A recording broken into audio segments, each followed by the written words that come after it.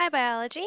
This is a quick run through on how to complete the scientific investigations assignment, and we're going to go through the first problem together. So it'll be really helpful if you have completed lesson 1.1 before you attempt this assignment. Things will make a lot more sense for you. So go back and do that real quick and then jump into this assignment. All right, let's take a look at our first question here. So you're going to read each scenario and you're going to answer the questions, and the questions are just identifying the independent variable, dependent variable, the hypothesis, the control group, the experimental group, and the constant. So there's a lot of things here. Let's work through it together. So our first scenario, Connor and Miguel want to investigate if the type of fertilizer changes the color of their hydrangea flowers. They select 10 hydrangea bushes and plant them in the same yard with the same type of soil. Each bush gets 3 cups of fertilizer, but each receives a different brand. One bush gets no fertilizer. All bushes receive morning sunlight and no afternoon sunlight. All bushes are watered the same amount every other morning. And after 4 weeks, the boys observe the colors of the blooms on each bush. So let's start working through and see if we can pick apart this investigation. The independent variable. If you remember from our previous video when we practiced understanding hypotheses, the independent variable is the change that is made in the experiment. So it's the change that's made to see if it has an impact. So if we look at this scenario here, what changes were made? What are they wanting to see if it has an impact? And it tells us in this first sentence, right? They want to investigate if the type of fertilizer changes the color of their hydrangea. So the independent variable is our type of fertilizer. So that's what's going to be manipulated and changed and altered to see if it has an impact. So what's the impact? Remember, dependent variable is the variable that's affected by that change. So if we change the fertilizer, what do we expect to see altered? And if we look at that first sentence again, it tells us they want to see if the fertilizer changes the type of color of their hydrangea. So let's add that in.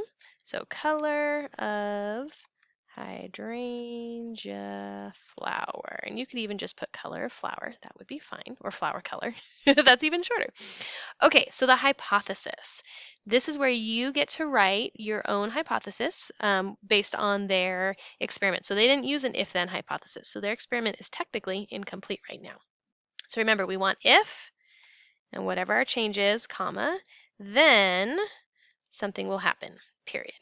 So if we look again at that first sentence, it tells us what they're changing, but it doesn't tell us what their expectation is. And so if we look through and read through, nowhere does it say they expect the flowers to turn blue or pink or purple or green. So we cannot be that specific based on what they have said.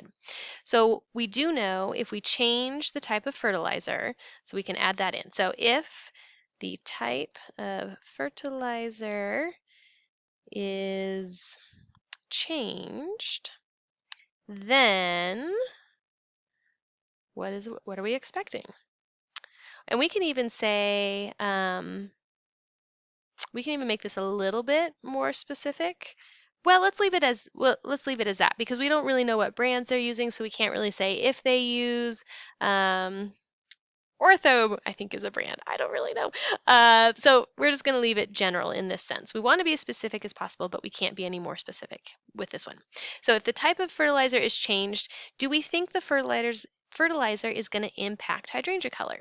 Well, this would be the place where we would need to do some research, right? We could wildly guess, but that's not a very scientific, valid hypothesis. We want to do some research. So I happen to know that based on the acidity of the soil, hydrangea colors will be different. I believe if they are more basic, they turn blue, and if it's more acidic, they turn red. But I should do some research on that. So I'm just going to do what I know based on the information they gave us and say then the flower color will change. We're not saying exactly how it's going to change yet, and that is just fine. We're just saying that we do expect there to be a change. And you can adjust these boxes and move them up and down or shrink your font if you need more space. So just a heads up that they're nice and adjustable. Okay, so our hypothesis is if the type of fertilizer is changed, then the flower color will change. That will be easy to prove, right? Okay, control group. A lot of people get confused on what the control group is. And the control group is the thing that is kept the same as original or natural environment. Nothing is added or altered with this, and it gives us something to compare to. Control groups are often, in many like chemistry situations, going to include water. So if I wash the walls with water, will anything happen? And then we compare that to if I wash it with vinegar. Let's say we're talking about a shower, right? Wash a shower wall with vinegar, with a store-bought soap, with dish soap, and I could try them all and compare them back to water to see which had the greatest impact. And so if we're changing the brand of fertilizer, our control is going to be giving us something to compare those different results to. And if you look at what they said in the third sentence, it says every bush gets 3 cups of fertilizer, but each receiving a different brand. Okay, so we know they're changed. They've got many different brands of fertilizer. One bush gets no fertilizer. See how nothing has been added or changed or altered? It's just that bush in its natural form. That is your control. So our control is bush without fertilizer. And that tells us that that's going to be how nature would have that bush grow, and that will let us know how each fertilizer actually improves or is a detriment to those bushes. Okay, experimental group. These are, or this is, depending on the type of situation, the part of the experiment that's actually getting something new or different. So this is what is receiving the independent variable. And so since our independent variable is the type of fertilizer, this is going to be our bushes that receive fertilizer because they are the ones being experimented on. So experimental group is experimented on. And the last thing is the constants. We only want to change one variable at a time, right? If we put fertilizer on these bushes and we planted some in the sun and some in the shade, and we sang to some of them, and some of them we let our cats snuggle with, and the other ones we cut them all down, and the other ones we put in the garage, we have no idea what affects it, right? Maybe snuggling kitties makes those flowers turn purple. Who knows? So we have to only change one thing at a time. So our constants here are going to be the things that we do not change. And if you look starting here, all bushes receive morning sunlight. Okay, so the amount of sunlight is the same. They all get morning sunlight and no afternoon sunlight, so that's consistent for everybody. All bushes are watered the same amount, so water amounts are the same. And I'm trying to make it short to make it all fit, right? Every other week, so the timing of that water is the same. And is there anything else?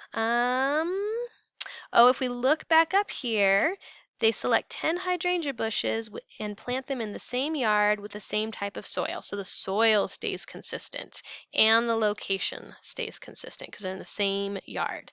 So none of those should have any impact on our flower color. And that is how we analyze an experiment and make sure it is scientifically valid, and this is a very valid one. So what I would like you to do for this assignment is choose 2 more. So that means you get to skip 1, so that's exciting. I will leave this example up here for you so you can compare back, and it should help you answer either question 2, 3, or 4.